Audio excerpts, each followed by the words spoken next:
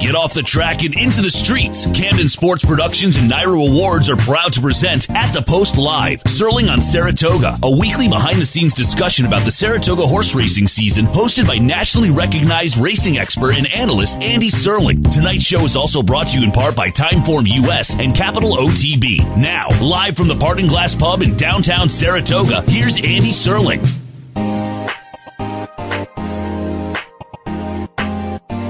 Good evening and welcome everybody, and thanks for joining us here and At the Post Live at the Parting Glass. It's our fourth season and we're very glad to have everybody here.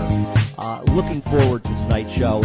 In the four seasons, or the three previous seasons, there have been a lot of fun shows, but I think the most memorable evening we had was a couple of years ago when Allen Jerkens, the late Allen Jerkens, was kind enough, with a little prodding from our friend Dale Romans, to come down and join us here. And it was a great night, and he was a great man, and he passed away this winter. And I think while his loss is felt really, I think, on a daily basis around the racetrack, his influence is felt in a positive way around the racetrack in so many ways. And obviously one of the ways that people are remembered is how they touched other people's lives and the people they touched. And for Allen Jerkens, he was instrumental in the careers of a lot of different people around the racetrack, many that most of us will never hear of even, but also a lot of people that we have heard of. And a few people are nice enough to take some time out of their busy schedules to join us down here tonight. And the first one is my friend Mike Hushion, and I'm sure you're familiar with Mike Hushion. And Mike, of course, worked for Allen Jerkens for many years, and he's going to come and talk a little bit about the Chief. Mike, thanks for joining us. Thank you for having me. Mike, how you feeling? Everything good? I'm feeling good. I'm very well. Tell me, when exactly did you first meet Allen Jerkens, and was it before, just when you started to get in the game, or at what point in your career?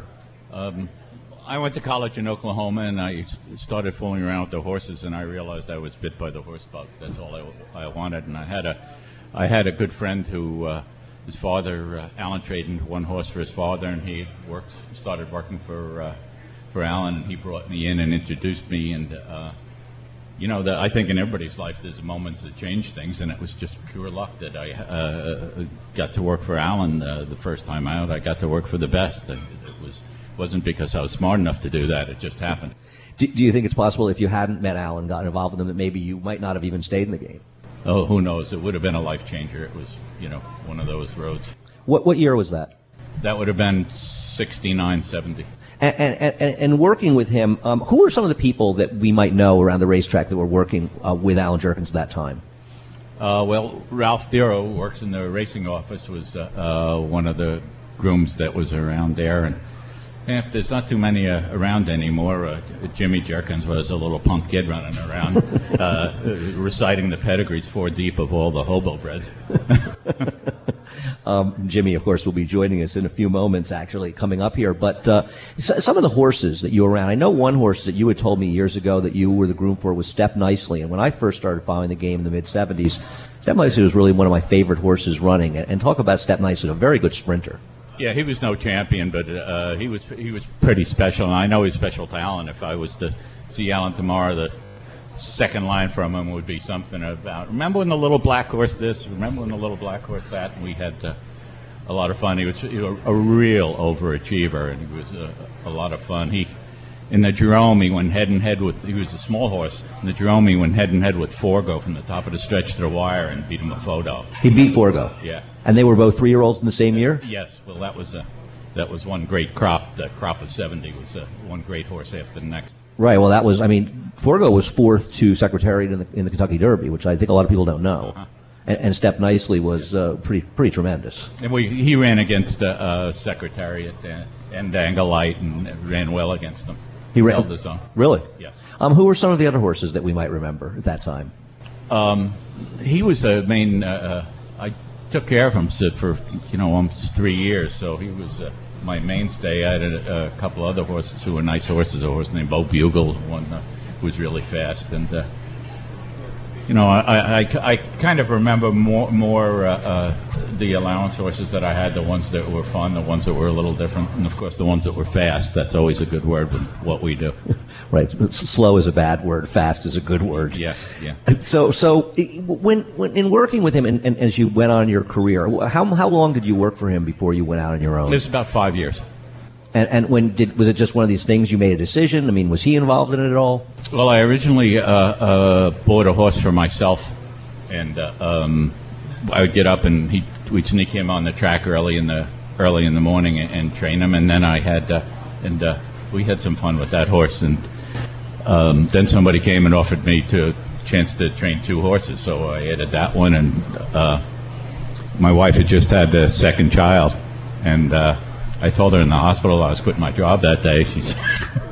She thought my timing was a little poor. I don't get it. I don't know. Worked out pretty well. I mean, you did pretty well over the years. Who was your first winner? Do you remember your first winner? Yes, a horse named Tugboat Ryan, named after my son. Oh, nice. That was in the late 70s? Yes.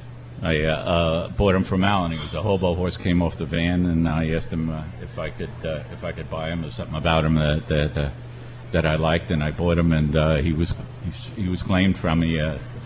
He won first time out. I think he paid $38. And they didn't know how sharp you were back then. And it took a while before people figured it out. Yeah, wink, wink. And now, in working with him, I mean, he was obviously revered, but he was quite a character. Were there any particular stories you want to share with us of sort of amusing moments around the barn? Well, he didn't like a quiet chedro. He liked to rattle the help. I kind of hid around the corner from him. They were. I was known in the barn as the little white boy down the end. But he was. Let's see, any special stories? No, the story that I've been repeating that I tell a lot of people about that I remember so clearly, he just told me about 2 years ago that I can remember where I was standing when Onion won. And we always played we always played two-hand touch at the end of the day. And he said, remember when we were playing two-hand touch and I overthrew the ball and it spooked Onion and the groom yelled at me? And this is Allen's memory, which was crazy good.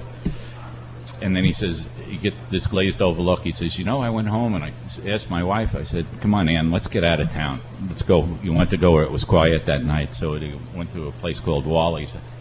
Greenwich, right? Yeah. Out of town. He said, I walked up to the front door at Wally's and opened the door, and who walked out? It was Lucian Lauren. Really? The night that they beat Onion? The night that they beat Onion. He was trying to get away from the chief, and he couldn't shake him.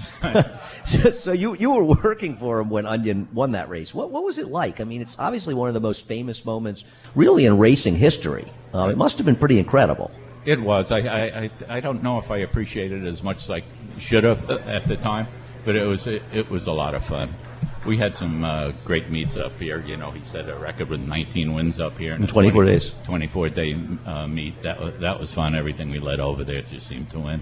We were talking about it before we went on the air, and we're talking about people scratching their horses because they think they're in too tough and such. And you said to me that one year you won a lot of races. You won 7 races with horses that he was just sort of helping the racing office out by filling races. Yeah, that year. I'm not sure if 7's the right number or not, but I remember Allen saying how many races he filled. That was pretty incredible. So, when you take them over there, you just get them looking good, acting good, put them in and cross your fingers in a lot of cases.